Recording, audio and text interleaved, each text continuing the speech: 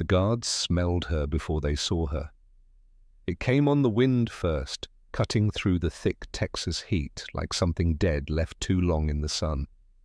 A smell that made Corporal Eddie Fisher, 23 years old and fresh from the European theatre, take an involuntary step backward from his post at the main gate. He had smelled death before. He had smelled the inside of field hospitals and the aftermath of artillery fire, but this was different. This was the smell of something still living but too far gone to be saved. The truck coughed to a stop at the checkpoint, diesel engine ticking in the afternoon silence. May 6th, 1945. The war in Europe had been over for exactly 48 hours, but prisoners of war were still arriving in convoys from the Atlantic ports, processed through a system that stretched from the bombed-out cities of Germany to the dusty plains of America's heartland. Fisher signed the transport manifest without looking up. Routine, another load of German POWs for Camp Breckenridge, another afternoon of watching tired men stumble down from military trucks and form ragged lines for intake processing. He had done this 40 times in the past 3 months. He knew the rhythm of it. The silence of defeated men. The way they avoided eye contact. The smell of unwashed bodies packed too close together for too many days. But today, the smell was wrong. The driver, a heavy-set sergeant from the Transportation Corps, climbed down from the cab and spat into the dust. His face was pale despite the heat, and his hand shook slightly as he handed Fisher the paperwork. "Last one's in the back," the sergeant said. His voice was flat, careful. "Been on the road 3 weeks, through New York, then the rail depot at Fort Worth. Nobody told us what to do with her." Her. Fisher looked up sharply. Female POWs were rare. The camp had a women's compound, but it held fewer than 30 prisoners out of nearly 4,000. Most were nurses or clerical staff captured in the final collapse of the German army. They arrived in separate transports, usually better organized with female guards and proper facilities. The sergeant was already walking away, back toward his truck, moving fast like a man who wanted distance between himself and whatever he had delivered. Fisher moved around to the rear of the truck. 15 German prisoners stood in the cargo bed, silent and swaying with exhaustion. They were arranged in a rough semicircle, their backs to the tailgate, creating a space, a gap in their formation. At the center of that empty space stood a figure so still she might have been carved from wood. The smell rolled over Fisher. Like a physical thing, it was not just sweat. It was not just the accumulated filth of travel. It was something deeper, older, a smell that spoke of clothes worn too long without washing, of skin that had forgotten what water felt like. There was sickness in it, sweet and rotten at the edges. There was salt and vomit and urine. There was the particular sourness of a body eating itself, breaking down from the inside. The girl, if you could call her a girl, stood with her head slightly bowed, staring at nothing.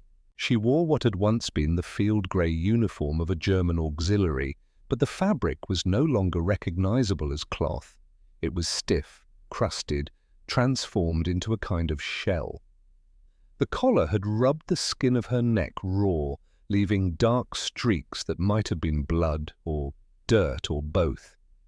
Her hair, which should have been brown, was plastered to her skull in thick plates, like something dipped in oil and left to harden in the sun. Fisher had been trained not to react.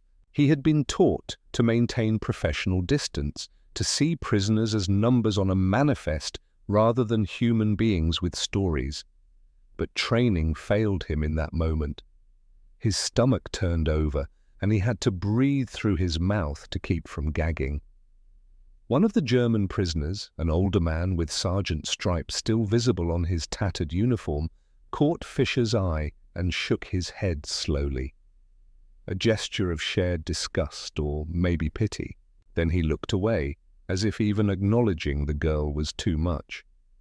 "Down," Fisher managed to say, gesturing toward the tailgate. His voice came out rougher than he intended. "Everyone down. Form a line for processing." The men moved quickly, grateful to put distance between themselves and the smell. They jumped from the truck bed with practiced efficiency, boots hitting packed earth in sequence. Within seconds they had formed a neat column, 20 feet from the truck, their backs straight despite exhaustion. The girl did not move. Fisher waited. The heat pressed down on his shoulders.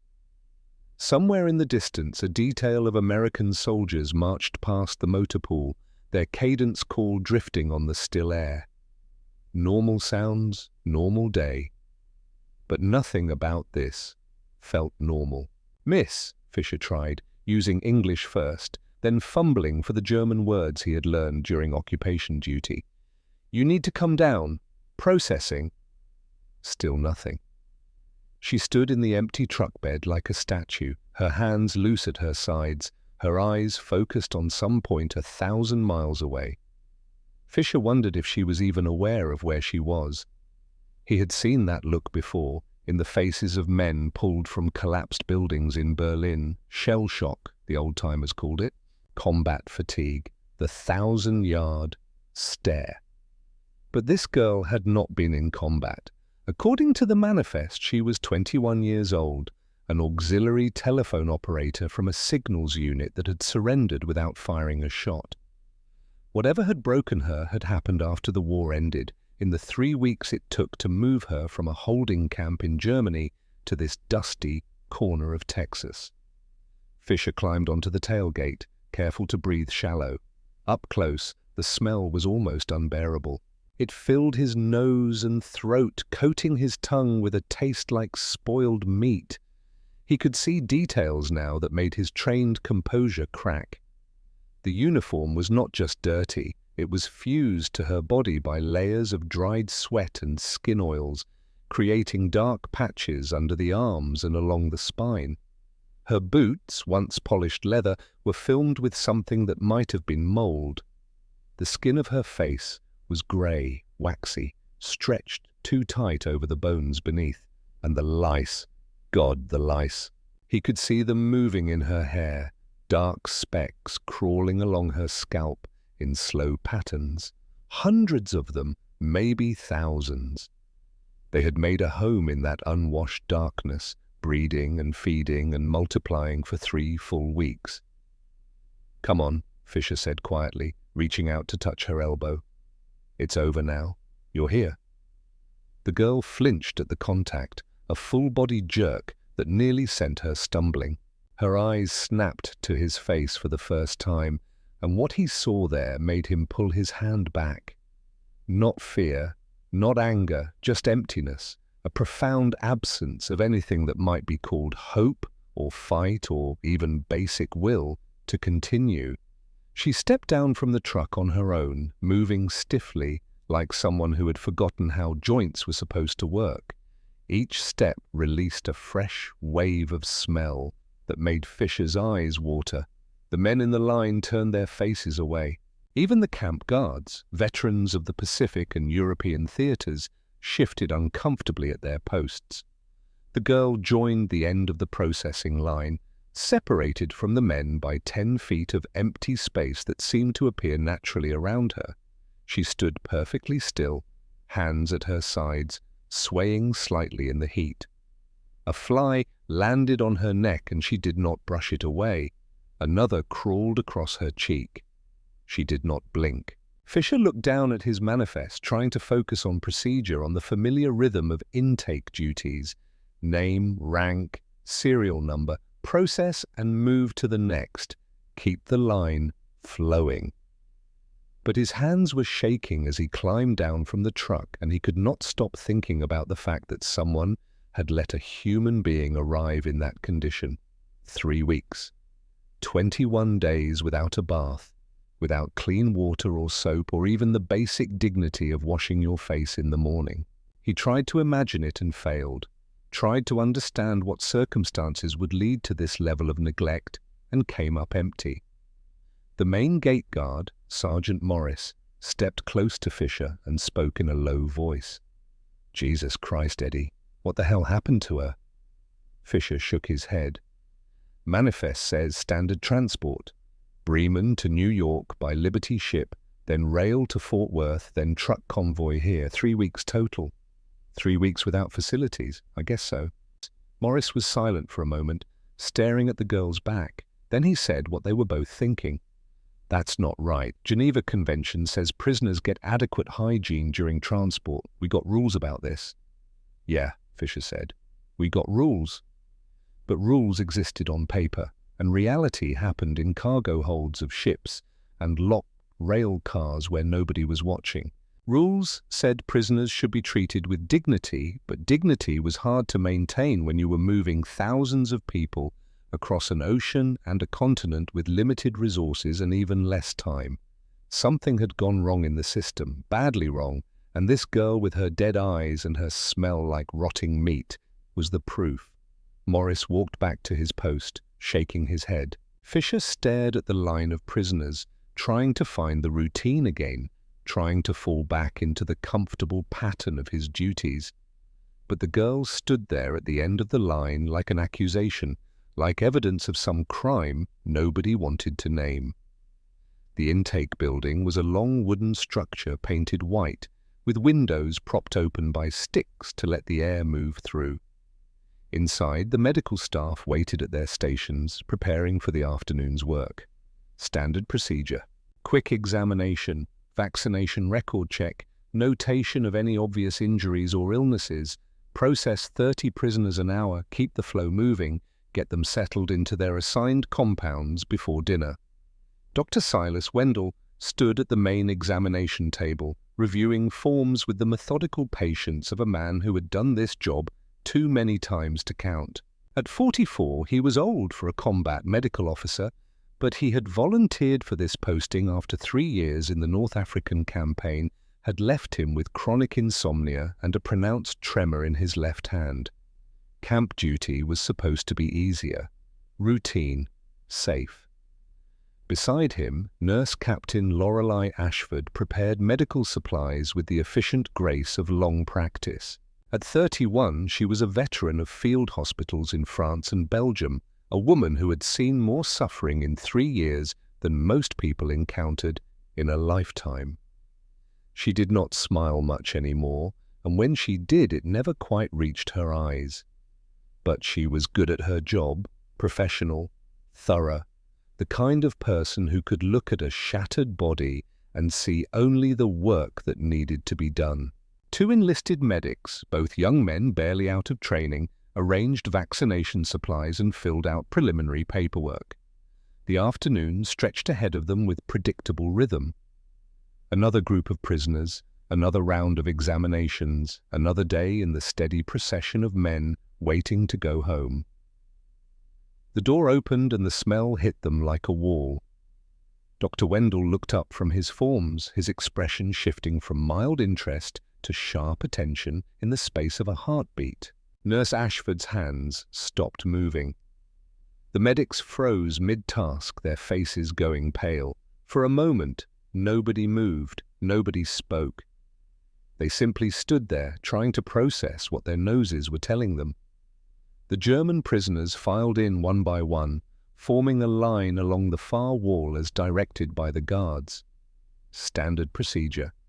But even the prisoners seemed reluctant to enter, moving slowly, their faces tight with something that might have been embarrassment or disgust or both.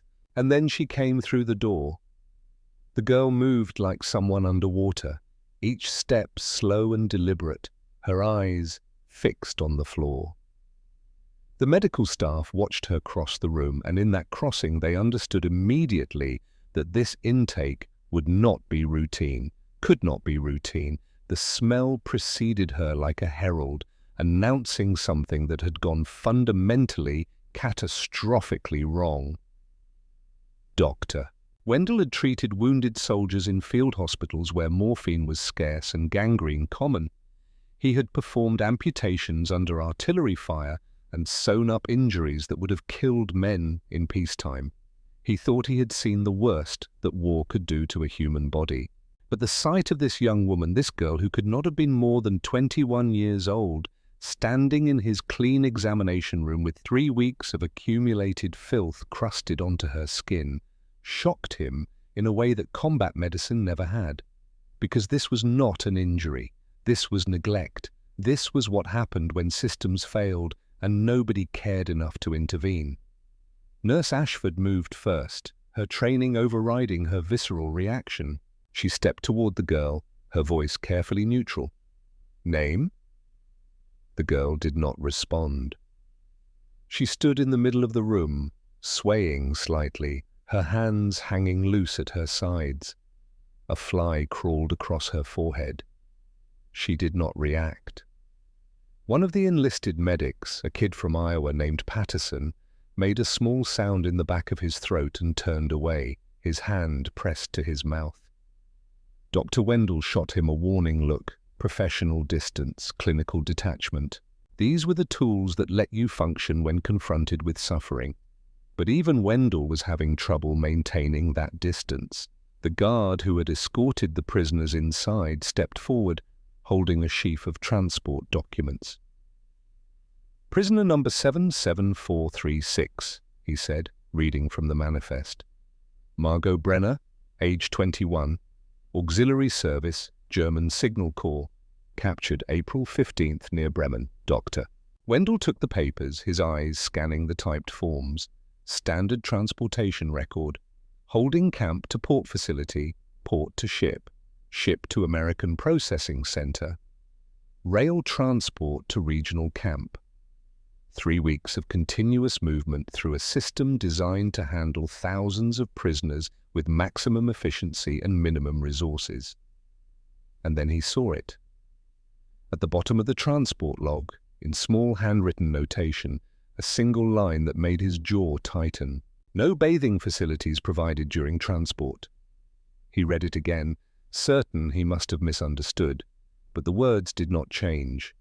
Someone, some clerk or transport officer, had noted the absence of hygiene facilities as a simple fact, a piece of administrative data no more significant than the number of meals served or the type of rail car used.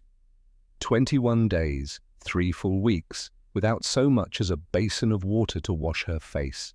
Nurse Ashford had moved closer to the girl now, trying to establish some kind of contact. "Margot," she said, using the name from the file, speaking slowly in accented German. "Can you hear me? Do you understand?" The girl's eyes lifted slightly, focusing on Ashford's face for a fraction of a second before dropping back to the floor. A minimal acknowledgement. Proof of consciousness, at least, even if nothing else. Dr. Wendell looked at the line of male prisoners standing against the wall. They were filthy too, certainly. Their uniforms were stained and torn, their faces unwashed. But none of them approached the condition of the girl. They looked like soldiers at the end of a long march. She looked like something that had been buried and then dug up again. "Why is she worse than the others?" he asked the guard. The guard, Sergeant Morris, shrugged uncomfortably. "Can't say for sure, sir. Maybe because she's female, the men got the better spots on the ship. Or maybe she was already in bad shape when she got loaded at Bremen. The driver said she didn't talk to nobody the whole trip. Just sat there, staring." Dr. Wendell set the transport papers down on his examination table and made a decision that would later be cited in training manuals and medical journals as a critical moment in the evolution of POW treatment protocols. "Captain Ashford," he said, his voice calm but carrying the weight of absolute authority, "take prisoner Brenner to the private examination room. We'll process her separately." Ashford looked at him, understanding immediately the significance of what he was ordering. The private examination room was reserved for serious medical emergencies, not routine intake processing. Using it for a POW, especially for what was technically just a hygiene issue, broke standard procedure. "Sir," she said, giving him a chance to reconsider. "That's an order, Captain. The rest of these prisoners can be processed here. but I want a full examination of Brenner before she goes anywhere else in this camp." Morris, the guard, shifted his weight uncertainly. "Sir, the camp commander will want to know why we're deviating from standard protocol." Dr. Wendell turned to face him, and something in his expression made Morris take a half step back. "Then you can tell Colonel Prescott that I am documenting a potential Geneva Convention violation and that I need to assess the full extent of this prisoner's condition before I can determine the appropriate course of treatment. Is that clear, Sergeant?" "Yes, sir." Ashford was already moving, gesturing for the girl to follow her. For a moment, it seemed like Margot would not respond, that she had retreated too far into whatever private hell sustained her. But then she took a step, and another, following the nurse toward the side door with the mechanical movements of a wind-up toy. As they crossed the room, one of the male prisoners, a man with corporal stripes and a scarred face, spoke up in German. His voice was quiet, almost apologetic. "She has been like this since the ship. 3 weeks in the hold with no water for washing. Some of us tried to help, but—" He trailed off, spreading his hands in a gesture of helplessness. There was nothing to help with. Dr. Wendell nodded slowly. "Thank you, Corporal. That information will be included in my report." The door to the private examination room closed with a soft click, cutting off the smell, but not the memory of it. The remaining prisoners shifted in their line, relief visible in their faces now that the girl was gone. The medics returned to their duties, processing the men with renewed efficiency, grateful to fall back into routine. But Dr. Wendell stood at his examination table, staring at the transport documents, reading that single, handwritten line over and over. No bathing facilities provided during transport. Simple words. Administrative notation. But behind those words was a human being who had been forced to exist in her own filth for 21 days, who had watched herself become something less than human, one day at a time, who had arrived at this camp with dead eyes and a smell that drove away even her fellow prisoners. He picked up his pen and began to write, starting the documentation that would eventually reach Washington, that would be cited in congressional hearings and used to revise military regulations. But in that moment, all he could think about was the girl in the next room and what they would find when they finally peeled away those layers of crusted uniform.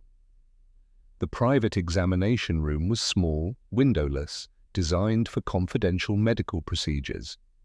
A metal table stood in the center, cold and clinical under harsh electric lights. A basin with running water occupied one corner, a luxury not available in the main intake area. Cabinets lined the walls, filled with medical supplies organized with military precision. Nurse Ashford guided Margot to a chair and then stood back, assessing the situation with the practiced eye of someone who had triaged casualties in field hospitals. The smell was more concentrated in this enclosed space, thick enough to taste. She breathed through her mouth and began her initial visual assessment. The uniform had to come off, that was obvious.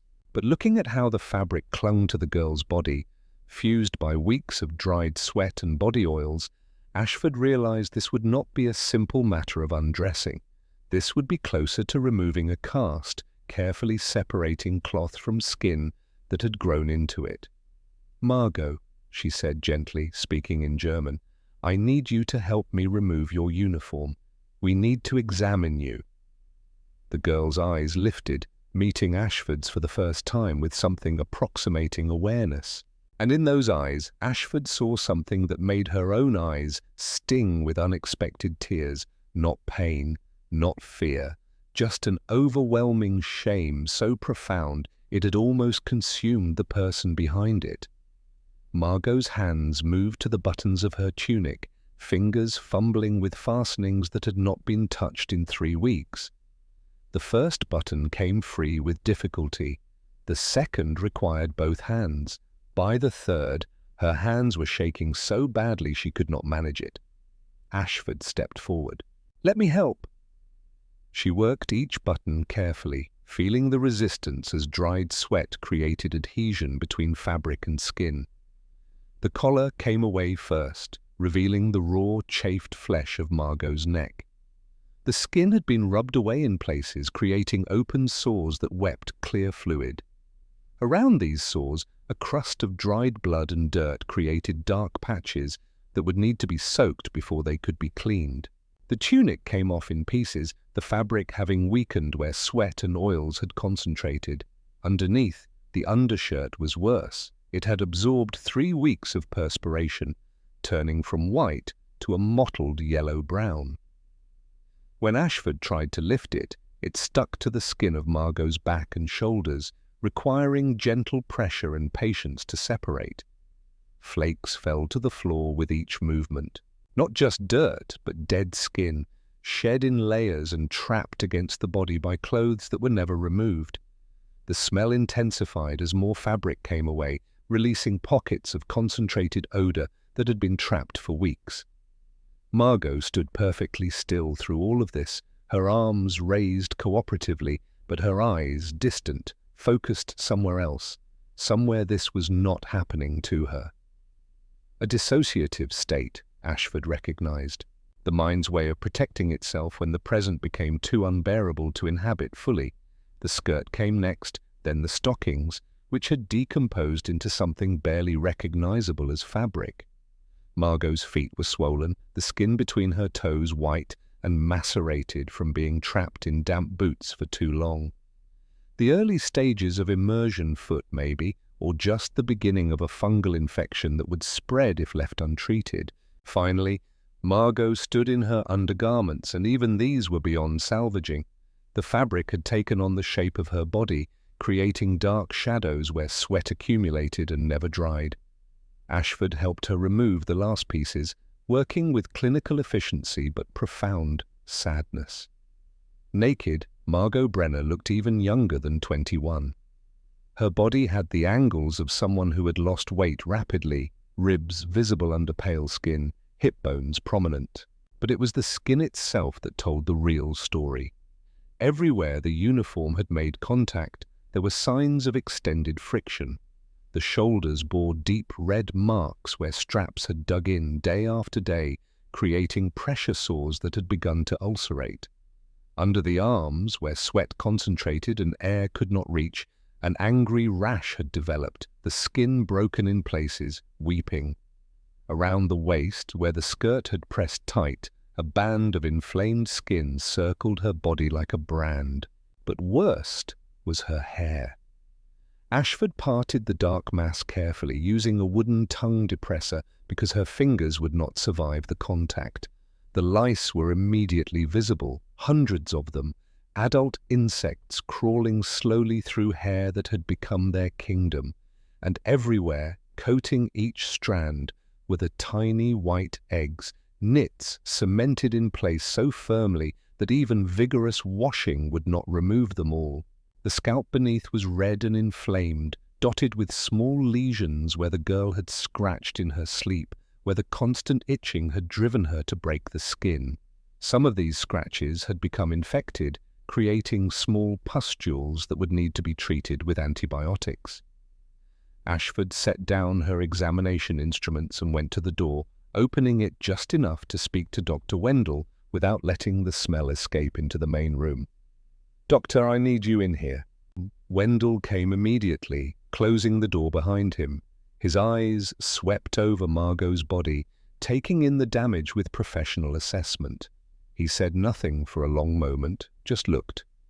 And then he turned to Ashford. "Full documentation, photographs, if she consents. I want every lesion, every area of broken skin, every sign of neglect recorded in detail." "Sir?" "Because I'm going to file a formal report with the camp commander, and I want evidence that cannot be dismissed or minimized. This," he gestured at Margot, at her raw skin and her insect-infested hair and her swollen feet. "This should never have happened, and someone needs to be held accountable." He moved closer to Margot, speaking to her in slow, careful German. "Miss Brenner, I am Dr. Wendell. I need to examine you more closely. I will try not to cause you discomfort. Do you understand?" Margot's eyes found his face. She nodded once, a tiny movement barely perceptible. The examination took 40 minutes. Wendell worked methodically, documenting every injury, every sign of infection, every area where prolonged filth had damaged the skin. He counted lice until the number became meaningless. He tested her reflexes, her lung capacity, her cardiovascular response. He measured her weight and noted that she had lost approximately 15 pounds since her capture, bringing her down to a skeletal 108. Through it all, Margot remained silent. She did not cry. She did not speak. She simply existed in that small room, allowing strangers to examine the wreckage of her body with the detachment of someone who had given up ownership of herself somewhere in those 3 weeks of darkness and filth. When the examination was finally complete, Wendell stepped back and removed his gloves, disposing of them in the medical waste container with more force than necessary. "Captain Ashford, prepare immediate treatment, full delousing protocol, medicated bath. Topical antibiotics for the skin lesions. I want her in isolation until we're certain she's not carrying any communicable diseases. And the transport report, sir. I'll handle that personally. The camp commander needs to see this. Today." He looked at Margot one more time, at this girl who had become evidence of systemic failure, who had been reduced to a case study in what happens when regulations exist on paper but not in practice. 21 days, he said quietly. 3 weeks without so much as a basin of water to wash her face, and someone signed off on every step of that transport, certifying that conditions were adequate. Ashford met his eyes, and in her expression he saw the same anger he felt building in his chest, because they both understood that this was not an accident. This was what happened when efficiency mattered more than dignity, when moving bodies across an ocean became more important than treating them like human beings. In the corner of the room, Margot Brenner swayed slightly, her eyes distant, her mind somewhere else. Somewhere 3 weeks ago, maybe, the last time she had been clean. The last time she had felt human enough to care about being dirty. That moment seemed like another lifetime now, another person. Someone who had not yet learned what it felt like to watch yourself decompose while still alive, to become so filthy that even your fellow prisoners kept their distance, to arrive at a place of supposed safety, smelling like death, and seeing the disgust in everyone's eyes. She had forgotten her name somewhere in those 3 weeks. Forgotten what her face looked like. Forgotten everything except the crawling sensation of lice on her scalp and the constant, gnawing shame that had burrowed deeper than any insect ever could. The nurse was speaking now, saying something about a shower, about treatment, about making her comfortable. But the words seemed to come from very far away, muffled and distorted, as if Margot was hearing them from underwater. All she could think about was water, clean water, the sensation of it running over skin that had forgotten what water felt like. The possibility, so distant it seemed almost imaginary, that she might someday feel clean again, if such a thing was even possible after 3 weeks of this, after becoming what she had become. In the main examination room, the processing of male prisoners continued with routine efficiency, but word was already spreading through the camp, carried by guards and medics, whispered in mess halls and barracks. A girl had arrived, a 21-year-old who had spent 3 weeks without a bath, whose condition was so shocking that the camp doctor had broken protocol to examine her privately, who smelled so bad that hardened combat veterans had to look away. By dinner time, the entire camp would know, and somewhere in the administrative offices, Colonel Harlan Prescott would receive a report that would force him to confront an uncomfortable truth about the system he served. That even in victory, even with rules and regulations and Geneva Conventions, it was still possible to strip a human being of everything that made them human, to reduce them to a body that stank of its own slow dissolution, to deliver them to a place of safety in a condition that made safety meaningless, and that someone, somewhere in the chain of command, had let it happen without a second thought. The afternoon wore on. The Texas sun beat down on the camp buildings, turning the metal roofs into griddles. In the private examination room, Nurse Ashford prepared the delousing treatment, while Dr. Wendell documented his findings in precise medical terminology. And Margot Brenner stood in the center of it all, naked and shaking, waiting for permission to become human again. If anyone would give her that permission, if it was even possible after what she had become. Outside the examination room in the administrative building that overlooked the main camp compound, Colonel Harlan Prescott sat at his desk reviewing the day's reports. At 52, he was a veteran of the First World War and a career officer who had spent the past 3 years managing prisoner-of-war facilities across the southwestern United States.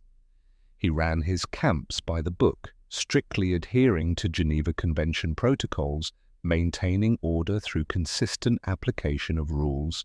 His desk was organized with military precision, incoming reports on the left, outgoing orders on the right, a single photograph in a silver frame, his wife Margaret, who had died 7 years ago in childbirth when the local hospital had been too understaffed and too careless to notice the signs of eclampsia until it was too late.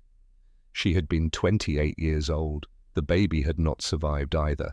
Prescott kept the photograph where he could see it, because it reminded him why details mattered, why protocols existed, why the difference between adequate and inadequate care was often measured in lives lost or saved. When Dr. Wendell entered without knocking, Prescott looked up with mild irritation that evaporated the moment he saw the expression on his chief medical officer's face.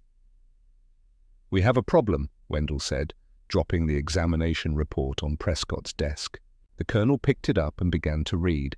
6 pages of detailed medical documentation, clinical language describing injuries and infections, and underneath the professional terminology, a story of systematic neglect so profound it made his hands tighten on the paper. 21 days, 3 weeks without bathing facilities during transport. A young woman delivered to his camp in a condition that would have been scandalous if found in a prisoner from an enemy nation. But this had happened under American authority during American transport, following American procedures. Prescott read the entire report twice, his face growing paler with each page. When he finished, he set it down carefully and looked at the photograph of his wife. Thought about systems that failed. About people who died because someone did not think the details were important enough to get right. "Where is she now?" he asked. "Still in the examination room. Captain Ashford is preparing the delousing treatment." "Her condition?" "Severe lice infestation, multiple skin infections, malnutrition, signs of trench foot, early stage dehydration despite having access to water for the past several hours. Psychologically, she appears to be in a dissociative state, likely as a coping mechanism." Prescott stood, walking to the window that overlooked the camp. Rows of barracks stretched into the distance, housing 4,000 prisoners in conditions that were Spartan but adequate. Clean water, regular meals, medical care, everything the Geneva Convention required, and then some. But this girl had spent 3 weeks moving through a system that had somehow failed at every level to provide the most basic necessities. And she had arrived at his camp carrying the evidence of that failure in every infected sore, every louse, every layer of accumulated filth. "I want a full investigation," Prescott said. "Contact the Transportation Corps. Find out who authorized a 3-week transport without bathing facilities. Find out who signed off on those conditions. Find out whose responsibility it was to ensure adequate hygiene during prisoner transfers." "Yes, sir. And I want immediate protocol changes here. Effective today, all female prisoners get access to shower facilities 3 times per week minimum. I want medical screening within 24 hours of arrival, not the usual 48. I want any prisoner showing signs of neglect during transport to be flagged for special treatment." Wendell nodded, making notes. "One more thing," Prescott said, still looking out the window.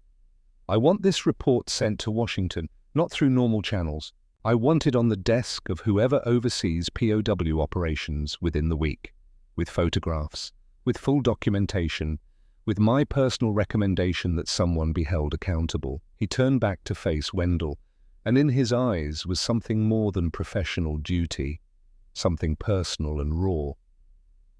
My wife died because a hospital did not follow proper procedures, because someone thought the rules could be bent, that shortcuts would not matter. I will not let that same negligence happen in my camp, not while I'm in command. Wendell met his gaze and understood. This was not just about regulations or military protocol. This was about a man who had lost someone he loved to institutional carelessness and who would not allow that pattern to repeat under his watch. The girl will receive the best care we can provide, Wendell said, starting now. See that she does, Doctor, and make sure she knows that what happened to her was wrong, that it violated every standard we claim to uphold. She deserves to hear that from someone in authority. Wendell returned to the examination room carrying orders that would change not just Margot's immediate treatment, but the way the entire camp handled prisoner intake. Behind him, Colonel Prescott sat at his desk and began drafting the letter that would eventually reach congressional committees and force a revision of military transportation protocols. And in that small examination room, Margot Brenner waited, still naked, still shaking, not yet knowing that her suffering would become the catalyst for change that would protect thousands of prisoners she would never meet. All she knew was that strangers were looking at her body and documenting what 3 weeks had done to it, and that soon, they had promised, there would be water. Clean water. The thought of it was almost too much to bear. April 15th, 1945. 21 days before Texas. The holding camp near Wilhelmshaven sat in a depression between two low hills, a sprawl of barbed wire and mud that had been assembled in haste as the German army collapsed. 3,000 prisoners occupied a space designed for 500. The ground had turned to slurry under boots and spring rain, a thick paste that clung to everything it touched and never quite dried. Margot Brenner stood in the women's section, a fenced area within the larger compound that held 42 female prisoners. Most were auxiliaries like herself, telephone operators and clerks and radio technicians who had worn uniforms but never held weapons. A few were nurses captured while treating wounded. One was a teacher who had been in the wrong place when the Americans arrived. They had been here 3 days. 3 days of sleeping on concrete floors in an unheated shed.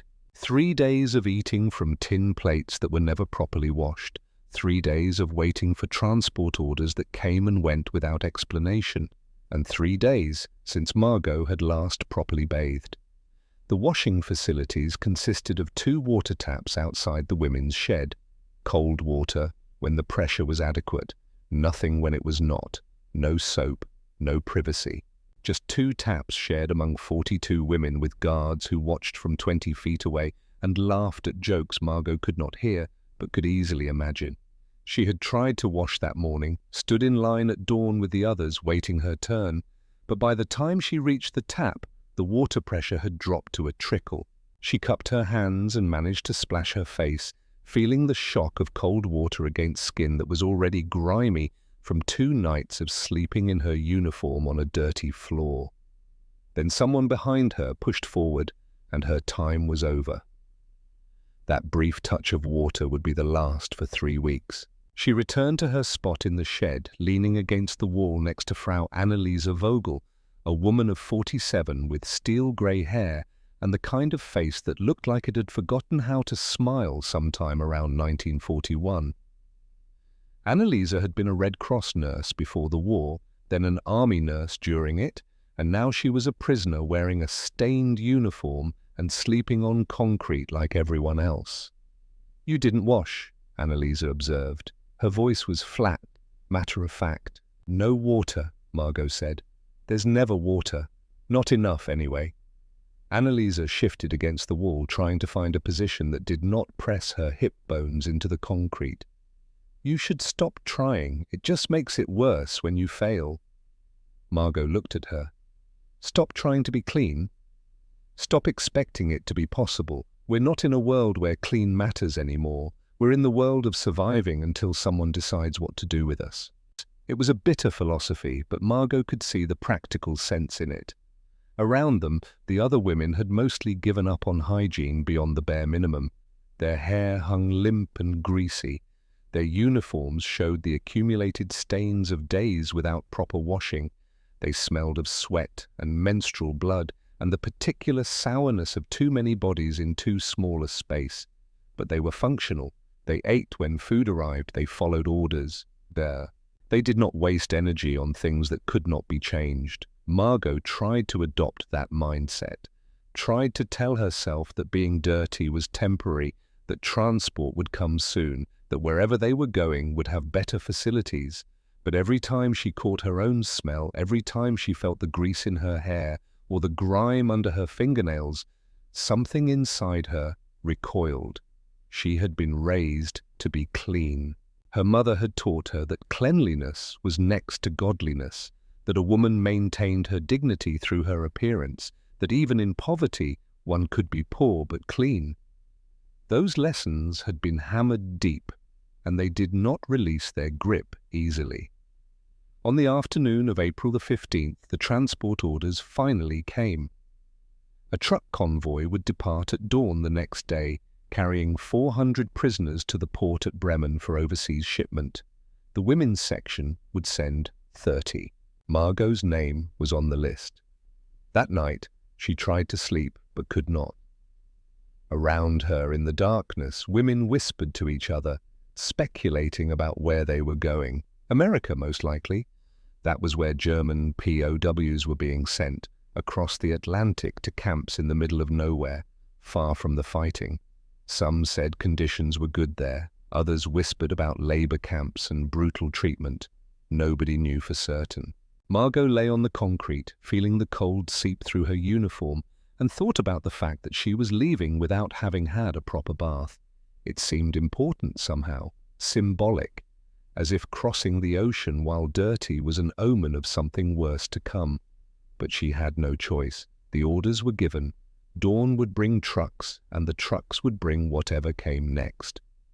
She closed her eyes and tried not to think about how much her scalp itched. The trucks arrived at first light, military transport vehicles with canvas covers and wooden benches.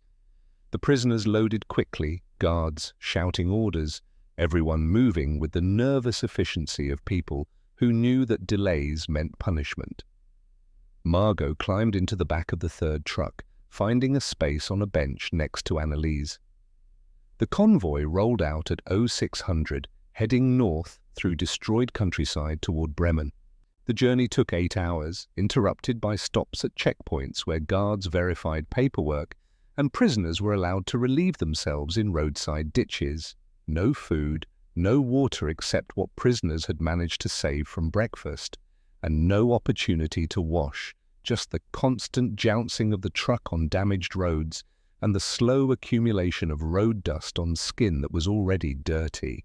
They reached Bremen docks as the sun was setting, painting the destroyed city in shades of orange and red. The port facilities had been bombed repeatedly during the war, but the Allies had cleared enough rubble to make them functional again. Ships lined the piers, mostly Liberty ships and surplus military transports, ready to carry prisoners across the Atlantic. The SS Mariner's Hope sat low in the water, already loaded with cargo and fuel. She was not a large ship, but she was seaworthy, and that was sufficient. The prisoners would travel in her hold, in spaces that had once carried military equipment and now would carry human cargo. The loading process took until midnight. 450 prisoners funneled down a narrow gangway into the bowels of the ship, guards directing them with flashlights and shouted commands. Women were separated from men and led to a separate section of the hold, a space that had been hastily partitioned with rope barriers and blankets hung for privacy. Margot descended the metal stairs into darkness and heat. The hold was already crowded with prisoners from earlier transports. The air smelled of diesel fuel and unwashed bodies, and something else, something sour and organic that she could not identify. She found a space on the metal deck, claimed it by sitting down, and realized with a sinking feeling that there were no washing facilities visible anywhere. Annalisa settled beside her, reading Margot's thoughts in her expression. There won't be any. Maybe a bucket of seawater if we're lucky. Maybe not even that. For how long? 7 days to cross. Maybe 8 if the weather is bad. 7 days. A week without washing added to the 3 days already gone. Margot felt something tighten in her chest, a pressure that might have been panic if she let it become that. She forced herself to breathe slowly. 7 days. People could survive 7 days without bathing. It would be unpleasant, but not catastrophic. She did not yet understand how wrong she was.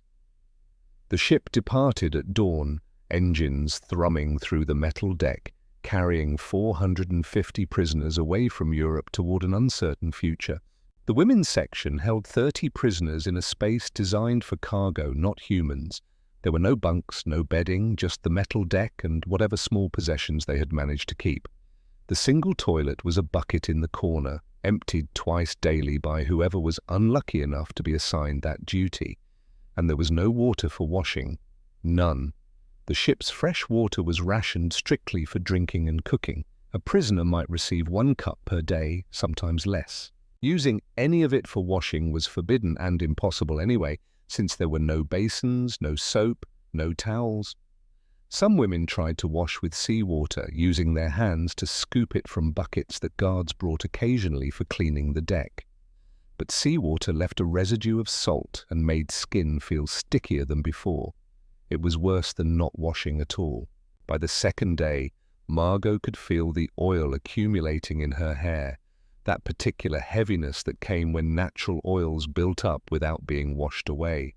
Her scalp began to itch. She scratched it unconsciously, finding her fingernails coming away with particles of dead skin caught under them. By the 3rd day, her uniform had absorbed so much sweat that the fabric felt damp all the time. The space in the hold was hot, the air thick with humidity, and the breathing of 30 women packed close together.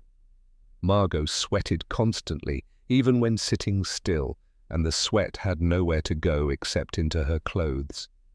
By the 4th day, she could smell herself. A sour, sharp odor that cut through even the general stench of the hold. It was the smell of a body eating its own oils, of skin shedding cells faster than they could be washed away, of clothes becoming a second skin that absorbed everything and released nothing. And the itching got worse. Annalisa watched Margot scratch her scalp for the 100th time and shook her head. Don't. You'll make it worse. I can't help it. You can. You have to. If you break the skin, infection will set in, and there's no medicine down here. Margot forced her hands down, clenching them in her lap. But the itching did not stop. It crawled across her scalp like something alive, demanding attention, making it impossible to think about anything else. On the 5th night, when most of the women were sleeping or trying to, Annalisa spoke quietly into the darkness. I worked in a concentration camp infirmary. Margot turned her head, surprised. Annalisa had never mentioned this before. Dachau, Annalisa continued. Her voice was flat, emptied of emotion by whatever she had witnessed there. From 42 to 44, they needed nurses. I thought I would be helping people. I thought there would be medicine and treatment. She paused, and in the silence Margot could hear the ship's engines and the breathing of sleeping women and the constant creaking of metal under stress. There was no medicine, there was barely any water. The prisoners went months without bathing, their bodies broke down. Skin infections, lice infestations, sores that would not heal. I watched people lose themselves piece by piece, watched them become something less than human because they were treated as less than human. Margot waited, sensing there was more. You remind me of them, Annalisa said. the way you flinch every time you smell yourself, the way you keep trying to smooth your hair even though it makes no difference. You still think cleanliness matters. You still think you can maintain dignity. Doesn't it matter? Not if you want to survive. Annalisa shifted in the darkness, metal deck cold against her hip. The prisoners who survived longest were the ones who stopped caring, who accepted that they were animals now, that dignity was a luxury they could not afford. The ones who kept trying to stay clean, who used their precious water ration to wash instead of drink, who could not accept what they had become. They died first. Margot felt something cold settle in her stomach. You're saying I should stop caring. I'm saying you should understand that your body is just a shell. It can be dirty, it can smell, it can itch and hurt and break down.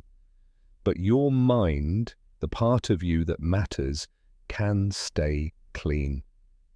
You have to separate the two. You have to accept that for now, for however long this takes, your body is not yours anymore. It belongs to the system that's transporting you. All you own is what's inside. It was a terrible philosophy, a philosophy born from watching too much suffering and finding a way to rationalize it. But lying there in the darkness with the itch spreading from her scalp to her neck, with her uniform damp against her skin and the smell of her own body filling her nostrils, Margot understood the logic of it. She could not stay clean. That was simply not possible in this environment. So she had two choices: drive herself mad trying to achieve the impossible, or accept the filth and focus on surviving it. The ship rolled in heavy seas, and somewhere above them, rain hammered the deck. Clean water, falling from the sky, washing the world, while prisoners in the hold below sat in their own accumulated filth.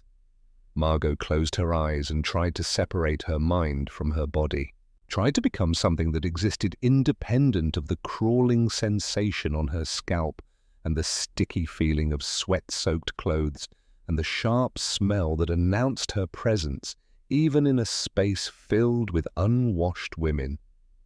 She failed, but she kept trying. On the 7th day, the ship reached American waters. Prisoners were allowed on deck in small groups, 20 minutes each, just long enough to see the Statue of Liberty passing in the distance. Margot stood at the rail, breathing air that did not taste of diesel and bodies, feeling wind on her face for the first time in a week.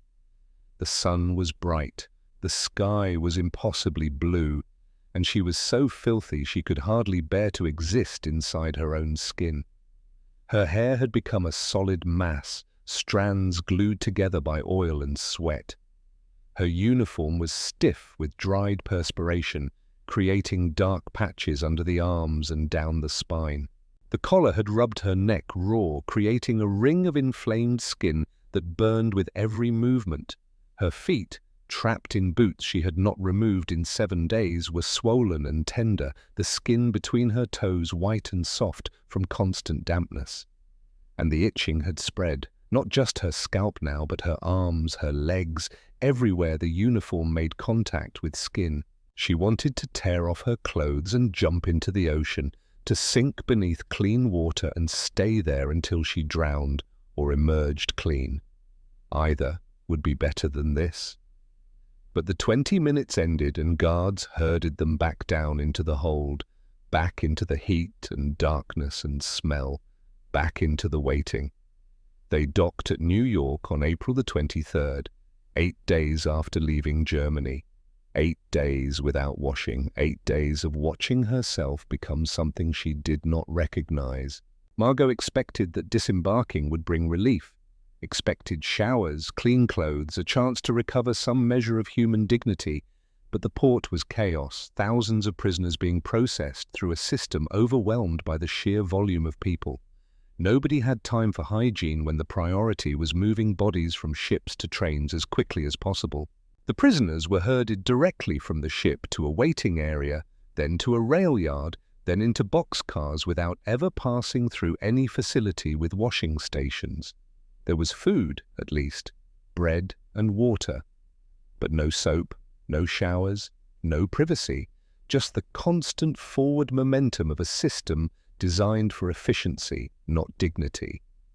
The train pulled out of New York at sunset, carrying German prisoners toward camps scattered across America's interior. Margot sat in a boxcar with 60 other women, the door partially open to let in air and light. The countryside rolled past, green and untouched by war, beautiful in a way that made the filth of the prisoners seem even more obscene. They had been given buckets for waste, 1 bucket per 60 women. It filled quickly and emptied slowly, the smell competing with the smell of unwashed bodies until it was impossible to say which was worse. Margot sat against the wall of the boxcar, knees drawn up, staring at nothing. 10 days now, 10 days without water touching her body except in the form of sweat. 10 days of feeling herself decompose by degrees. Annalisa sat beside her, silent for once. Around them, other women talked or cried or slept, but Margot had gone past the point where talking helped.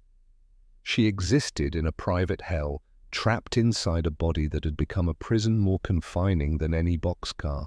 On the 12th day, as the train crawled through Texas heat, Margot felt something break inside her. Not her body.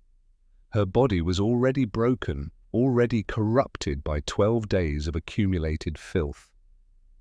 What broke was the last piece of her that believed this was temporary, that believed she would someday feel clean again. The train stopped at a water station, the kind of brief pause that happened dozens of times during the journey. But this time, Margot saw the water tower through the open door, saw clean water flowing from a pipe to refill the locomotive's tanks, saw it splashing onto gravel wasted while 60 women sat 30 feet away covered in 12 days of filth. Something snapped. She stood up, moving, before thought could intervene. 3 steps toward the door, 4, 5. She was going to jump down and walk to that water. She was going to put her head under that pipe and let clean water wash away everything, or she was going to die trying. Annalisa caught her arm. "No," Margot tried to pull away, but Annalisa's grip was iron, fingers digging into Margot's wrist hard enough to leave marks. "Let me go." "I won't. I need water. I need to wash. I can't." Her voice broke. "I can't live like this anymore." "Yes, you can." "I can't." It came out as a scream, raw and desperate. Other women turned to look, their faces showing various degrees of understanding and pity. "I'm rotting. I can smell myself rotting. I'm covered in things that are eating me. I itch everywhere, and it never stops, and I just need 5 minutes under clean water. 5 minutes, that's all. Just 5.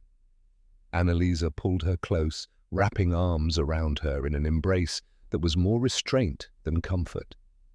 She held Margot as the girl sobbed into her shoulder, held her as the train lurched forward again, held her as the water tower disappeared behind them, carrying with it the last hope of relief.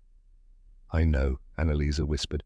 "I know it feels impossible, but you're going to survive this. You're going to reach the camp, and they will have showers there, real showers, with soap and hot water. You just have to hold on a little longer." "How much longer?" "I don't know. Days, maybe a week." Margot pulled back, her face streaked with tears that left clean tracks through the grime on her cheeks. "I can't do another week like this."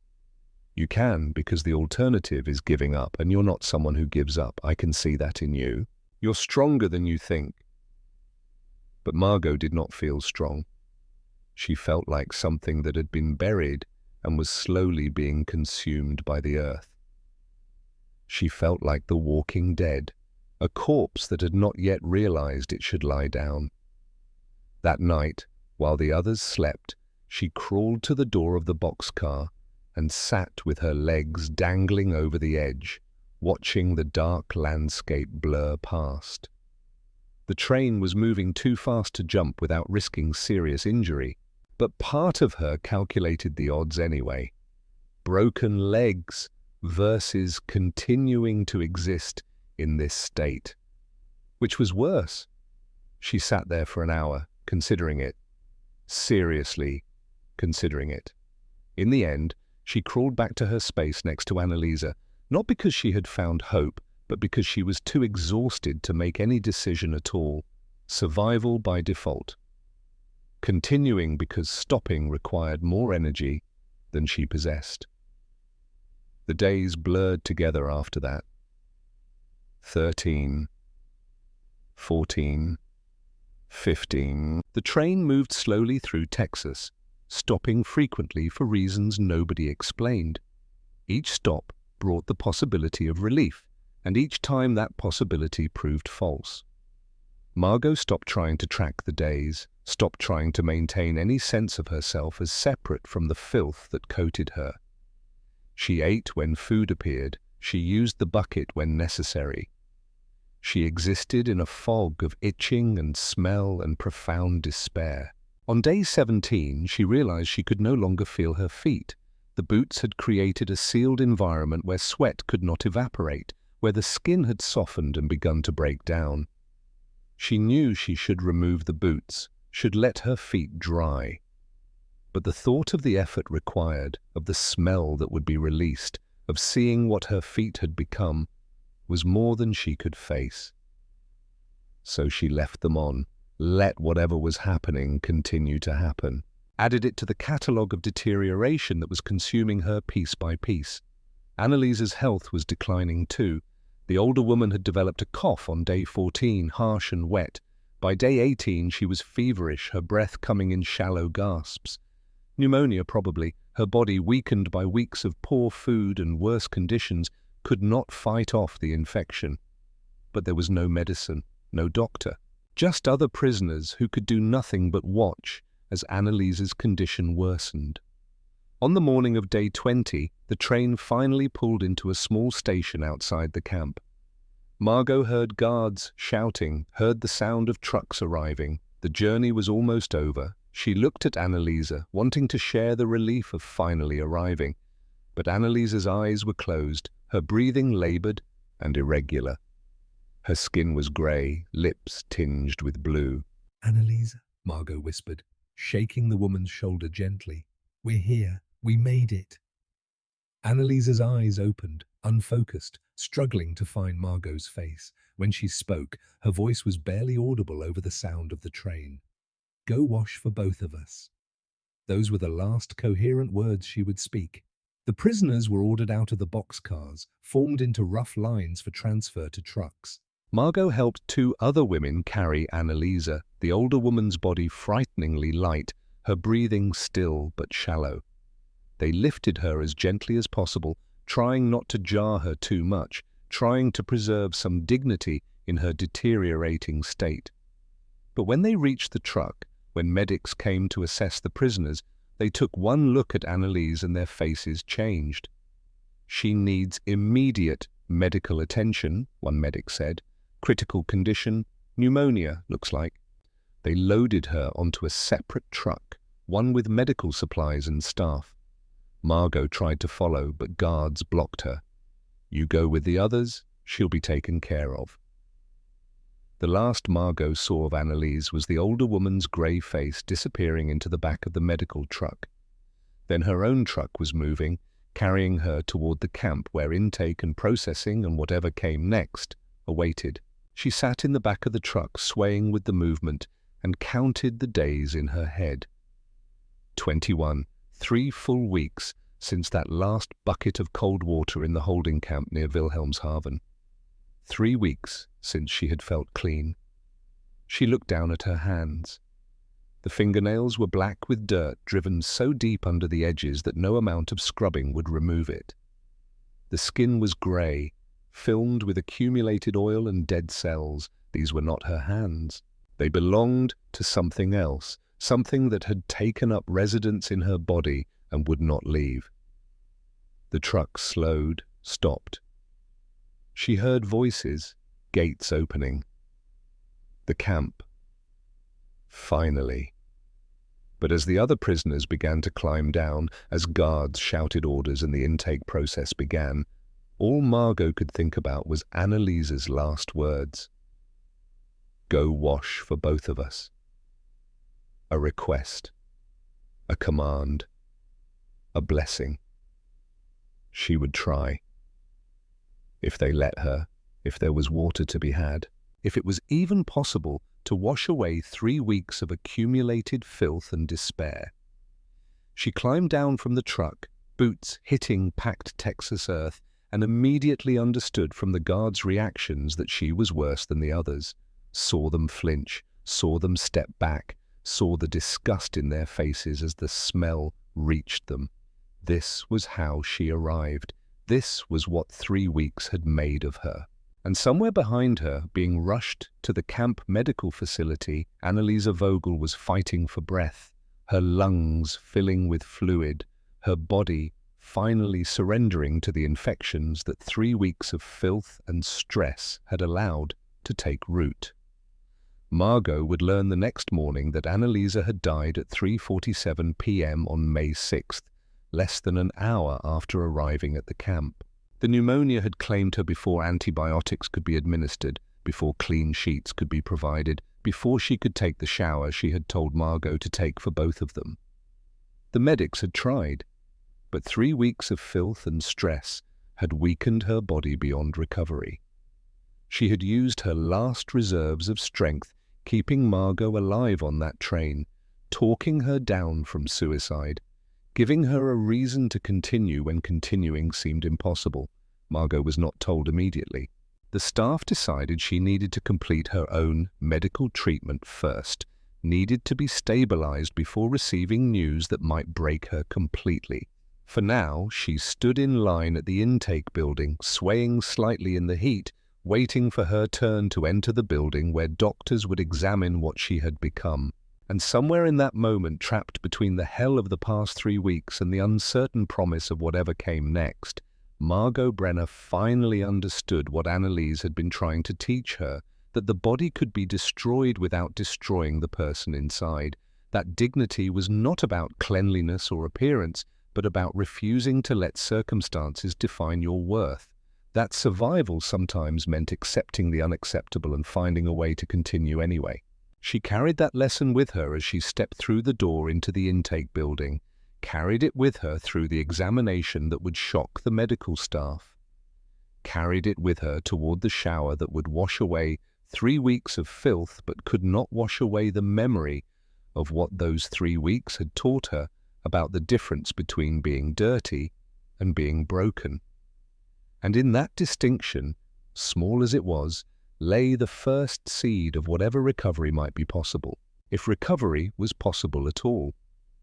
The shower block was a concrete and tile building not far from the medical facility, with a row of private stalls that were usually reserved for staff.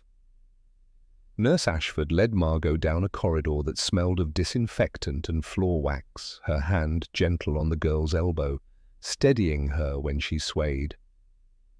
Margot walked like someone in a dream. The examination had lasted an hour of strangers documenting every inch of her degradation, cataloguing the lice and the sores and the infections, an hour of being looked at with professional concern that could not quite hide the underlying shock and disgust. But now, finally, they had said the word she had been waiting 3 weeks to hear: shower.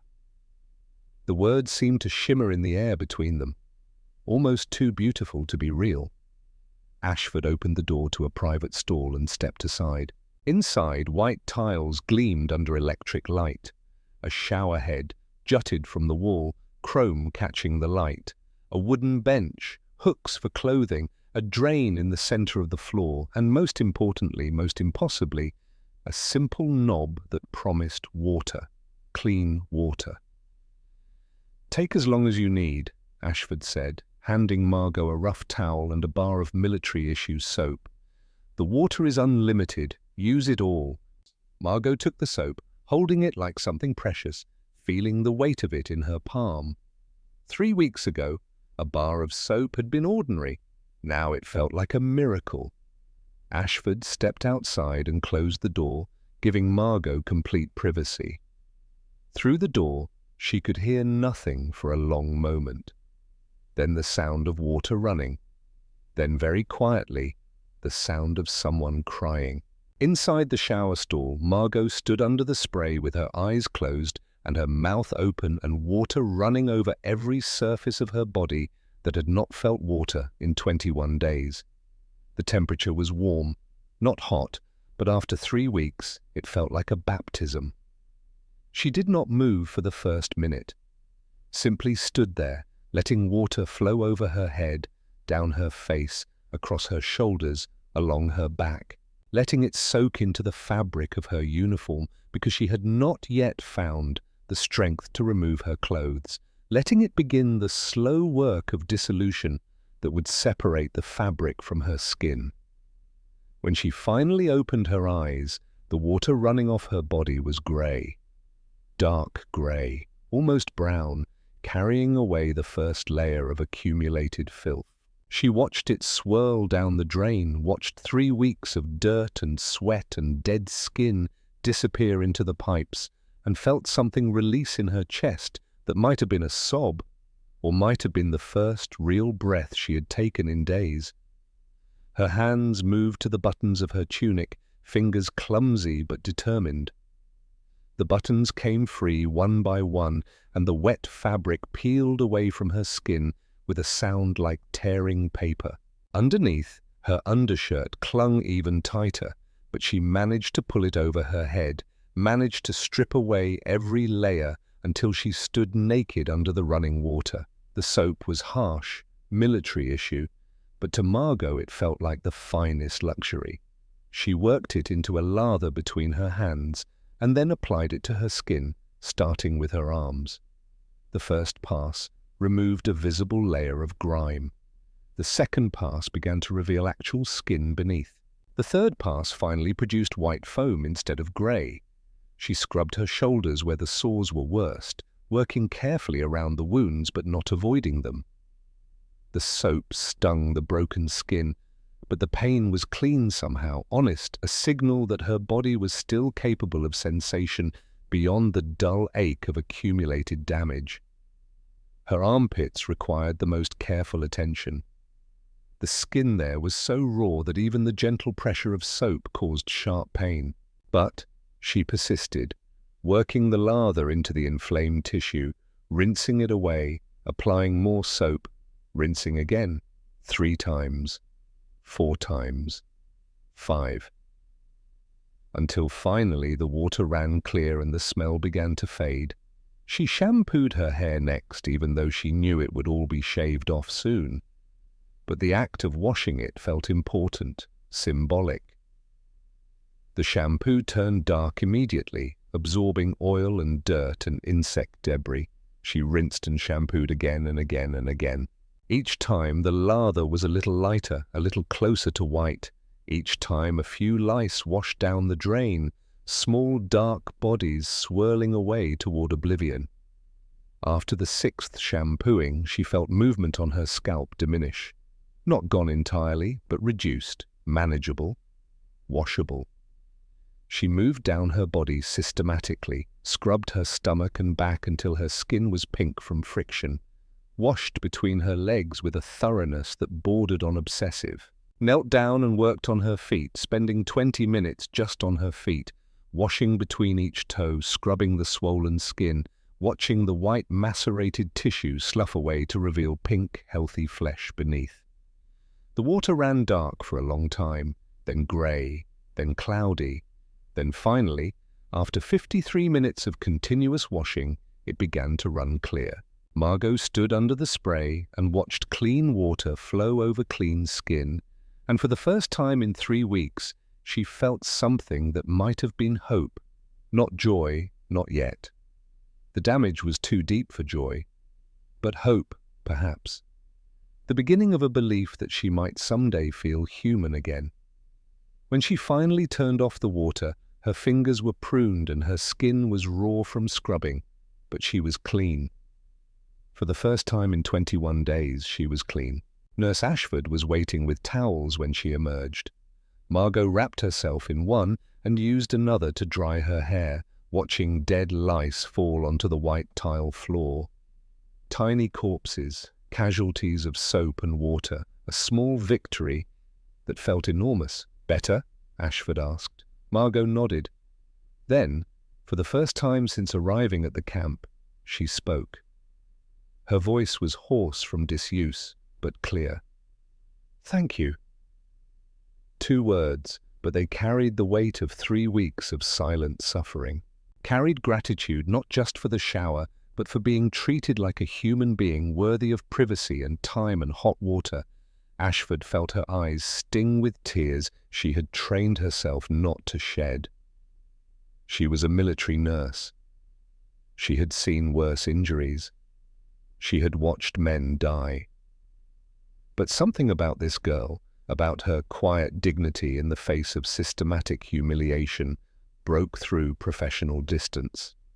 "Come," she said, "let's finish the treatment." The head shaving took place in the medical facility's treatment room. Margot sat in a chair while a medic worked with electric clippers, removing her hair in long strokes. The hair came away in clumps, still matted despite the washing, carrying thousands of nits that would never hatch now. She watched her hair fall to the floor and felt nothing but relief. It was just hair. It would grow back. But the lice would not come back, and that was worth any cosmetic sacrifice. When her head was completely shaved, revealing the angry red scalp beneath, the medic applied a medicinal lotion that smelled strongly of chemicals but felt cool and soothing. Then bandages over the worst of the scalp lesions, then antibacterial ointment on every skin sore, every area of broken flesh. Dr. Wendell came in during the final stages of treatment, reviewed the work, and nodded approval. "She'll need to stay in medical isolation for 72 hours, he said. "I want to monitor for infection and make sure she's stable before transferring her to the general population." He looked at Margot, at her shaved head and her clean skin and her eyes that were finally starting to show some awareness of the present moment. "Miss Brenner, you're going to recover from this. It will take time, but your body is young and resilient. The infections will clear with antibiotics. The skin will heal. In a few weeks, you'll look in a mirror and see yourself again." Margot met his eyes. "And in here?" she asked, touching her chest above her heart. Wendell was quiet for a moment. Then he said something that would stay with Margot for the rest of her life. "That healing takes longer, but it does happen. I've seen it. People who went through worse than you and came out the other side still human, still capable of living. You will too." She wanted to believe him, wanted to think that the person she had been before those 3 weeks could be recovered. But she had learned something during the journey that could not be unlearned, that the body could be reduced to an object, that dignity could be stripped away as easily as clothes, that the distance between human and animal was much smaller than anyone wanted to admit. Still, sitting in that clean room with antiseptic on her wounds and her head wrapped in white bandages, she felt the first stirring of something that was not hope exactly, but was at least the absence of despair. It was Nurse Ashford who told her about Annalise the next morning. Margot had spent the night in the medical isolation ward, a small room with a real bed and clean sheets, and a window that looked out over the camp grounds. She had slept fitfully, waking every few hours from dreams where she was back in the boxcar, back in the ship's hold, back in the endless progression of days without water. But each time she woke, she could reach out and touch clean sheets, could feel her clean skin against clean fabric, could remind herself that it was over. Ashford came at 0800 with breakfast on a tray and news she had been dreading to deliver. "Miss Brenner," she said, sitting on the edge of the bed, "there's something you need to know about Frau Vogel." Margot sat up slowly, already understanding from Ashford's expression what was coming. "She died yesterday afternoon, at 3:47, about an hour after you arrived. The pneumonia was too advanced. We tried everything we could, but her body was too weak." Margot did not cry. She had no tears left after the shower. She simply sat there, absorbing the information, adding it to the weight of everything else she carried. Was she in pain? No. We gave her morphine. She wasn't conscious at the end. It was peaceful. Peaceful, a kind word for a death that should never have happened. Annalisa had survived Dachau, had survived witnessing horrors that would have broken most people, had survived the war itself, only to die in an American camp because a transport system had failed to provide basic hygiene. She told me to wash for both of us, Margot said quietly. Those were her last words to me. Ashford nodded. She had read the intake notes, knew about the water tower suicide attempt, knew that Annalise had been the only thing keeping this girl alive during the final days of transport. Then you should honor that, Ashford said. Every time you shower, remember that you're doing it for her too. That's a gift. You can give her memory. It was a small comfort, but Margot took it, held on to it, because in the landscape of grief and trauma that stretched around her, small comforts were all there was. The days that followed fell into a new rhythm. Medical isolation meant a private room, a real bed with clean sheets, regular meals brought by staff who treated her with professional courtesy. 3 times a day, nurses came to check her vital signs, change her bandages, apply fresh ointment to her healing wounds, and every morning at 0800 she was allowed to shower. That first morning, when the nurse told her she could use the shower facilities, Margot had stared in disbelief. Again? Already? Standard protocol for medical patients, daily hygiene. Daily, every day. The concept was almost incomprehensible after 3 weeks when water had been a luxury beyond reach. She went to the shower and stood under the spray for 30 minutes, washing away nothing because she was already clean, just experiencing the sensation of water on skin that was hers again. And each time, she whispered Annalisa's name, a small ritual, a way of honoring the promise. On the 3rd day, she looked at herself in a mirror for the first time. The reflection showed a stranger, a bald woman with hollow cheeks and bandages wrapping her head.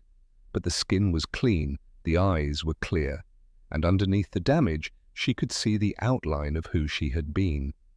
Dr. Wendell visited daily, monitoring her recovery with the attention to detail that would later make her case famous in military medical circles. He documented how quickly the scalp lesions healed once cleaned and treated, how the skin infections responded to antibiotics, how her weight began to stabilize once she had regular access to food and water. But he also documented the psychological markers, the way she flinched when doors opened unexpectedly, the way she compulsively washed her hands, sometimes a dozen times in an hour, the way she asked permission before doing anything, as if she had forgotten she was allowed to make her own choices. On day 7, she was cleared for transfer to the general population. The women's compound was a separate section of the camp, housing 32 female prisoners in 2 wooden barracks. It was not luxury, but it was clean and organized and equipped with proper sanitation facilities. When Margot arrived, carrying her few possessions in a small bag, the other women watched her with cautious curiosity. Word had spread through the camp about the girl who arrived in such terrible condition that she required a week of medical isolation. Some of the women had seen her briefly during transport before she was separated. They had seen the filth, the smell, the visible evidence of systematic neglect. Now they saw a thin woman with a bandaged head and nervous eyes, looking around the barracks like she was not quite certain she was allowed to be there. An older woman approached first. Her name was Gisela, 26 years old, a former clerk who had been captured when her office building was overrun. She had been in the camp for 2 months and had established herself as an informal leader among the female prisoners. "You must be Margot," Gisela said in German. "We saved you a bunk near the window so you get the fresh air." Margot looked at the bunk, at the clean mattress and folded blanket, and felt something in her throat tighten. "Thank you," she managed. "The showers are in that building there," Gisela continued, pointing through the window. "We get 3 sessions per week, 30 minutes each. Some of us heard that changed because of you, that the camp commander ordered more shower time for all of us after your arrival." Margot had not known this, had not known that her suffering had resulted in better conditions for others. The knowledge was complicated, mixing shame with something that might have been pride. Over the following days, she settled into the routine of camp life. Morning roll call at 0600, breakfast at 0630, work details from 0800 to noon, usually in the camp laundry or kitchen, afternoon free time, dinner at 1700, lights out at 2100, and 3 times per week, shower time. Margot never missed it. Even when she was tired, even when other women complained about the cold water or the short time allotted, she went to the shower block and stood under the spray with something approaching religious devotion. She washed methodically, thoroughly, making certain that every inch of her skin was clean, making certain she never again felt the crawling sensation of lice or the sticky residue of accumulated sweat. Some of the other women thought she was obsessive, but Gisela understood. "You're washing away more than dirt," she said one evening as they sat together after dinner. "You're washing away the memory." "Does it work?" Margot asked. Eventually. But it did not work quickly. Even as the weeks passed, even as her hair began to grow back in a dark stubble that gradually lengthened, even as her weight returned to healthy levels and her skin healed without scarring, the memory of those 3 weeks remained vivid. She dreamed about it. Dreams where she was back in the hold of the ship, surrounded by smell and darkness and the sensation of things crawling on her skin. She would wake, gasping, heart racing, convinced that she could still smell herself rotting. Then she would lie in her bunk, listening to the breathing of the other women, slowly convincing herself that it was over, that she was clean now, that the nightmare had ended. But had it? Or had it just changed form? Because even here, in a camp, with adequate facilities and regular food and medical care, she was still a prisoner. Still subject to orders she could not refuse, confined to a space she could not leave, waiting for someone else to decide her fate. The war in Europe had ended. Germany had surrendered. But the administrative machinery of prisoner processing moved slowly, grinding through paperwork and regulations and the sheer logistical complexity of repatriating millions of people. Margot waited. They all waited. In the evenings, she befriended another prisoner named Petra, a 35-year-old teacher from Munich who had been conscripted into clerical work and captured when her unit surrendered. Petra had a small collection of books donated by the Red Cross, and she shared them freely. Margot read voraciously. Losing herself in stories was easier than dwelling on her own story. She read Goethe and Schiller and Thomas Mann. She read American novels translated into German. She read anything that took her mind somewhere other than the past 3 weeks. But every time she showered, she thought about Annalisa, about the woman who had kept her alive through the worst of the journey, about her last words, "Go wash for both of us." On her first shower day in the women's compound, Margot stood under the water and whispered Annalisa's name, a small ritual, a way of honoring the promise. She did it every time after that. Every shower for the next 6 months, she spoke Annalisa's name quietly, a prayer or a remembrance, or maybe just a reminder that someone had cared enough to keep her alive when death would have been easier. The other women learned not to interrupt her during these moments, learned that Margot needed those few minutes under the water to be something more than just hygiene, that for her, cleanliness had become a spiritual practice, a daily affirmation of humanity reclaimed. As summer turned to fall, life in the camp achieved a strange normalcy. The women worked their assigned tasks, ate their regular meals, followed the routines that made prison life bearable. Some played cards in the evenings.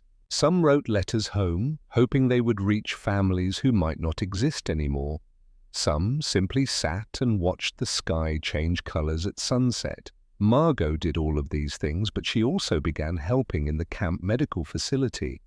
Dr. Wendell, impressed by her resilience and her careful attention to hygiene, asked if she would be willing to assist with basic nursing tasks. She agreed immediately. It gave her purpose, gave her a way to use the knowledge she had gained from her own suffering to help others. She learned to clean wounds properly, to apply bandages, to recognize the signs of infection before they became serious. She learned the medical terminology in English, expanding her vocabulary beyond the basic phrases she had known before.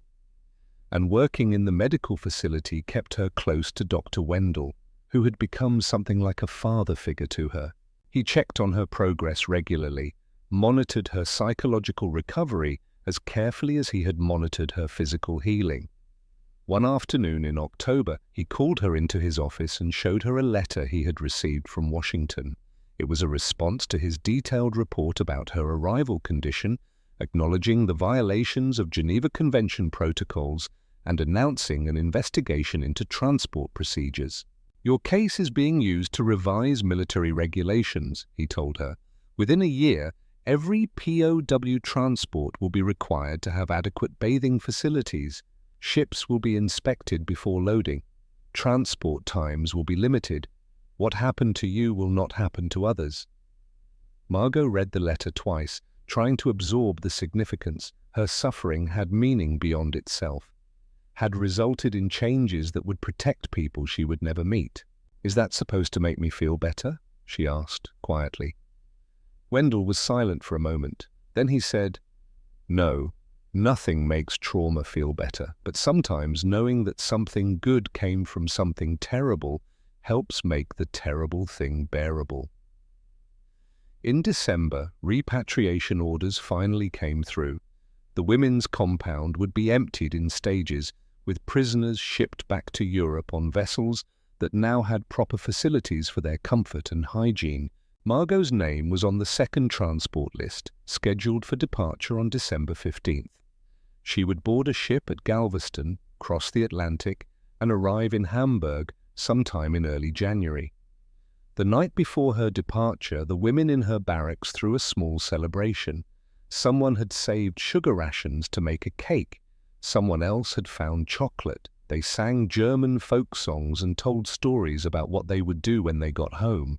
Margot listened more than she talked. She did not know what waited for her in Germany, did not know if her family had survived the bombing campaigns and the final collapse, did not know what kind of country she was returning to. But she knew she would return clean. That was something. On the morning of December 15th, she said goodbye to Gisela and Petra and the others who had become friends in the strange intimacy of prison life. She thanked Dr. Wendell and Nurse Ashford for giving her back her humanity when she thought it was lost forever. And she walked to the truck that would take her to Galveston with her head high, her hair grown back enough to be respectable, her skin clean and her clothes fresh and her body whole. The ship that carried her home was nothing like the SS Mariner's Hope. This vessel had been specifically configured for repatriation transport, with proper sleeping quarters and dining facilities and, most importantly, full bathroom facilities with hot showers available daily. Margot used them every day, sometimes twice a day. She could not help herself. The abundance of clean water felt like a miracle that might disappear if she did not take advantage of it constantly. The crossing took 8 days. 8 days of eating proper meals and sleeping in a real bunk and showering whenever she wanted. 8 days so different from the previous crossing that they felt like they belonged to different universes. When land appeared on the horizon, when the ship began its approach to Hamburg harbor, Margot stood at the rail and watched her homeland emerge from the morning mist. The city was devastated. Buildings collapsed into rubble, whole neighborhoods reduced to burnt foundations. The war had been over for 8 months, but the destruction remained. She disembarked on January 7th, 1946, exactly 8 months after leaving Germany as a prisoner. The processing was quick. The authorities were overwhelmed with returning soldiers and displaced persons and refugees. One more former prisoner was hardly worth noting. She was given travel papers and a small amount of currency and directions to the nearest displaced persons camp where she might find information about her family. It took her 3 days to locate them. 3 days of walking through ruined streets and asking questions at refugee centers and following rumors of a woman and a boy who might be her mother and brother. She found them in a converted school building on the outskirts of Hamburg, living in a single room with 20 other displaced families. Her mother, 10 years older than when Margot had last seen her, thin and worn but alive. Her brother Klaus, now 14, tall and serious and marked by whatever he had witnessed in the final months of the war. The reunion was not dramatic. They had all seen too much for dramatics. Her mother simply opened her arms and Margot stepped into them, and they held each other without speaking because there were no words adequate for what they had all survived. That night, sleeping on a thin mattress between her mother and brother, Margot thought about the journey that had brought her here. About 3 weeks that had taught her the difference between being dirty and being broken. About a shower in a Texas prison camp that had felt like resurrection. About promises made to a dying woman and kept every day since. She was home, she was clean, she was alive. For now, that had to suffice. But 3 days later, something happened that would shake the fragile peace she had found. Klaus had been quiet since her arrival, watching her with eyes that seemed too old for 14. On the 3rd evening, after their mother had fallen asleep, he spoke to Margot in a whisper that trembled with something between confession and plea. "I need to tell you something about what I did during the war." Margot turned to look at him in the darkness. "Klaus, you were just a child. I was 12 when they recruited me for Hitlerjugend, 13 when they made me an informant." His voice cracked. "They trained us to watch for disloyalty, to report anyone who might be hiding enemies of the Reich." Margot felt something cold settle in her stomach. "What did you do?" "There was a family 2 buildings over, the Rosenbergs. I knew they were hiding people in their attic. Jewish people. I could see the extra food they carried upstairs." He was crying now, silent tears in the darkness. "I reported them. I was doing my duty, I thought, being a good German." "Klaus, they killed them all. The Rosenbergs, the family they were hiding. 5 people died because I opened my mouth." His hands were shaking. "I live with that every day. I see their faces. I wake up knowing I'm a murderer." Margot pulled him close, feeling his thin body shake with sobs. And in that moment, she faced a choice. She could hate him for what he had done, could pull away and let the weight of his guilt crush him, could become one more thing broken by the war. Or she could remember what Annalisa had taught her, that the body could be dirty without destroying the person inside, that the war had corrupted them all in different ways. That survival sometimes meant finding a way to forgive what seemed unforgivable. She held her brother tighter, remembering her own 3 weeks of accumulated filth, remembering how she had felt less than human, remembering that redemption had come not from deserving it, but from someone deciding she was worth saving anyway. "We're both covered in things the war did to us," she whispered. "Things we can't wash away as easily as dirt, but maybe we can help each other carry them." Klaus looked up at her, his face streaked with tears. "How can you not hate me?" "Because hating you would mean the war won, would mean it succeeded in making us into the monsters it wanted us to be." She touched his forehead gently. "We both need to wash away what the war made us. Let's start together." It was not forgiveness, exactly. The Rosenbergs could not be brought back. The guilt would not disappear with a shower, but it was acknowledgement that they had both been children caught in a machine designed to corrupt, and that they had both survived with damage that would take years to heal. In the weeks that followed, Margot helped Klaus begin the slow work of atonement. They tracked down surviving relatives of the Rosenberg family, and Klaus confessed what he had done. Some forgave him, some did not. But the act of facing what he had done, of refusing to hide behind youth or indoctrination, was itself a kind of washing. And Margot understood, finally, why she had survived those 3 weeks, not just to tell her own story, but to understand that everyone carried filth they could not wash away alone. That healing required witnessing, that the difference between human and monster was the willingness to keep trying to be clean, even when cleanliness seemed impossible. The years that followed were years of rebuilding. Germany struggled to emerge from the ruins of war, and Margot struggled alongside it. She found work as a translator, her English skills developed during months of camp work, making her valuable in a city full of Allied occupation forces. She never told most people the full story of her transport. When asked about her time as a prisoner, she said only that conditions had been difficult, but that she had been treated well once she reached the American camp. The details of those 3 weeks remained private, too intimate and too shameful to share with anyone who had not experienced something similar. But in 1947, when she learned that the Geneva Convention protocols were being revised and that testimony was being collected from former prisoners about transport conditions, she volunteered to speak. She traveled to Geneva and sat before a panel of international observers and told them everything, told them about the holding camp with no water, about the ship with no facilities, about the train that stretched 3 weeks into an eternity of accumulated filth and despair, about arriving at a camp in a condition that shocked medical personnel and violated every standard of human dignity. Her testimony was included in the official record, was cited in the revised conventions that established strict requirements for prisoner transport, including mandatory bathing facilities and maximum transport times.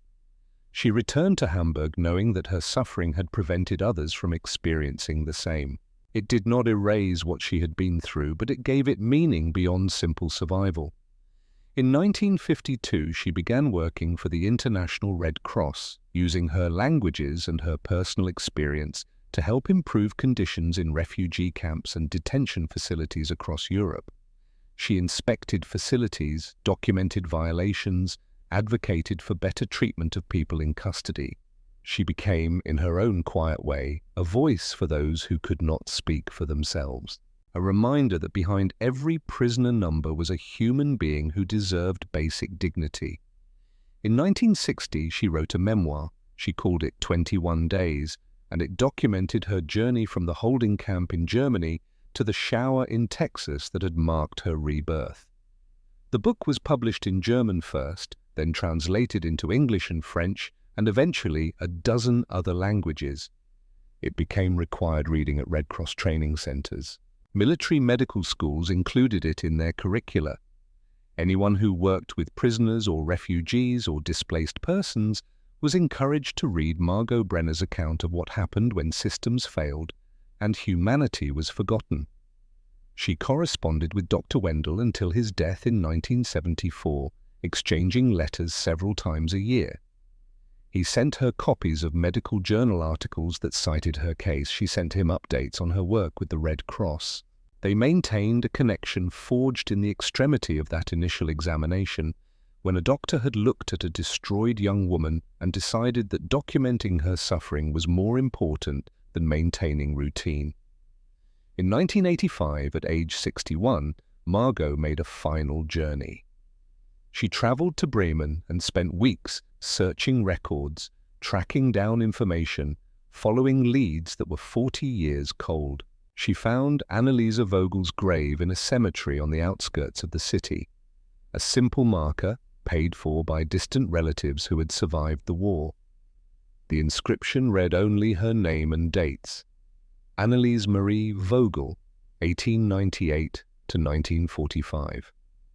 Margot stood at the grave on a spring morning and thought about those final days on the train, about a woman who had seen the worst of humanity in concentration camp infirmaries and had still found the compassion to keep a frightened girl alive.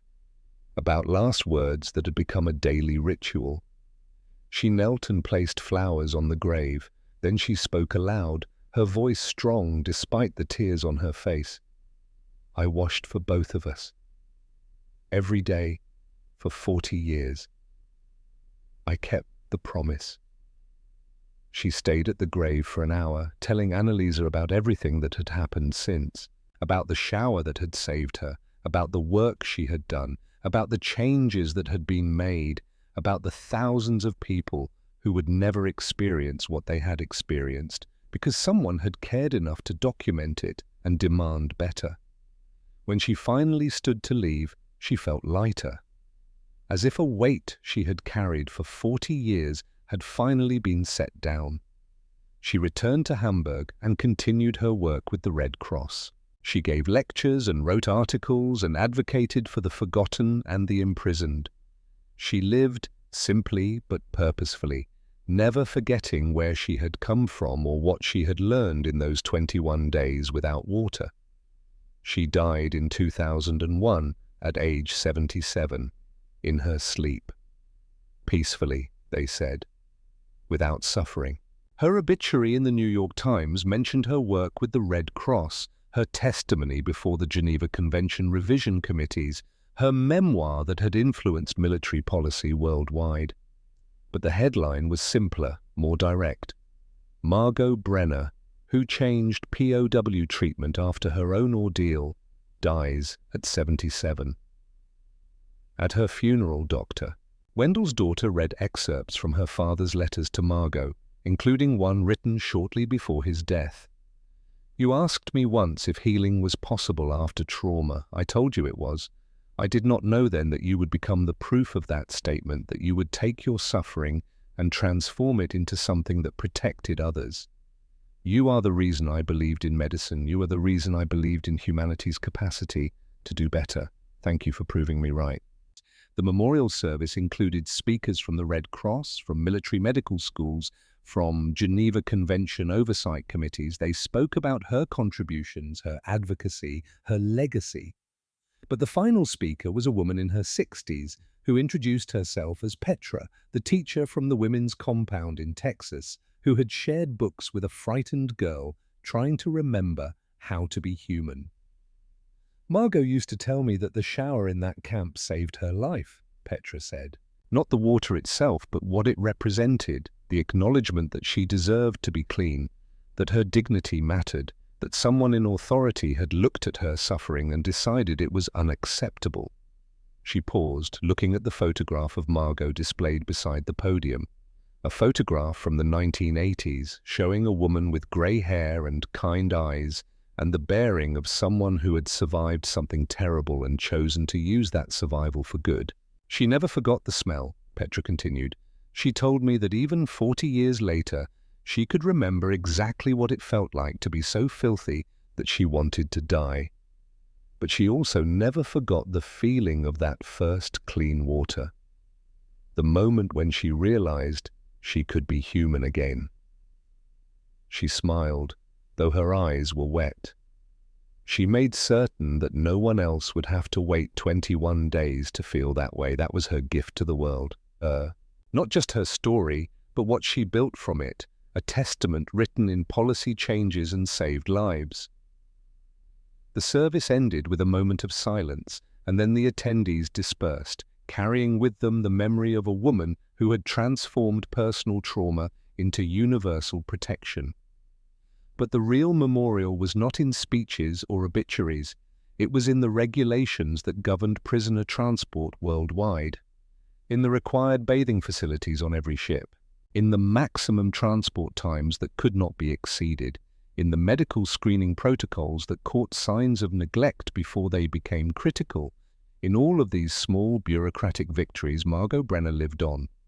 A reminder that one person's suffering, properly documented and properly witnessed, could change systems that seemed too large to change.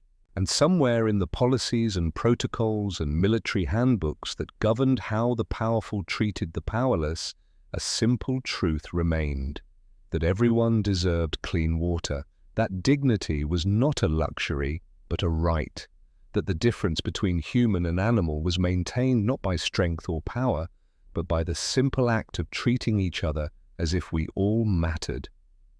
Margot had learned that lesson in the worst possible way. She had spent the rest of her life making certain others would not have to learn it the same way. That was her legacy, not her suffering, but what she built from it. And in that transformation, she had found her peace. Word count, 18,147.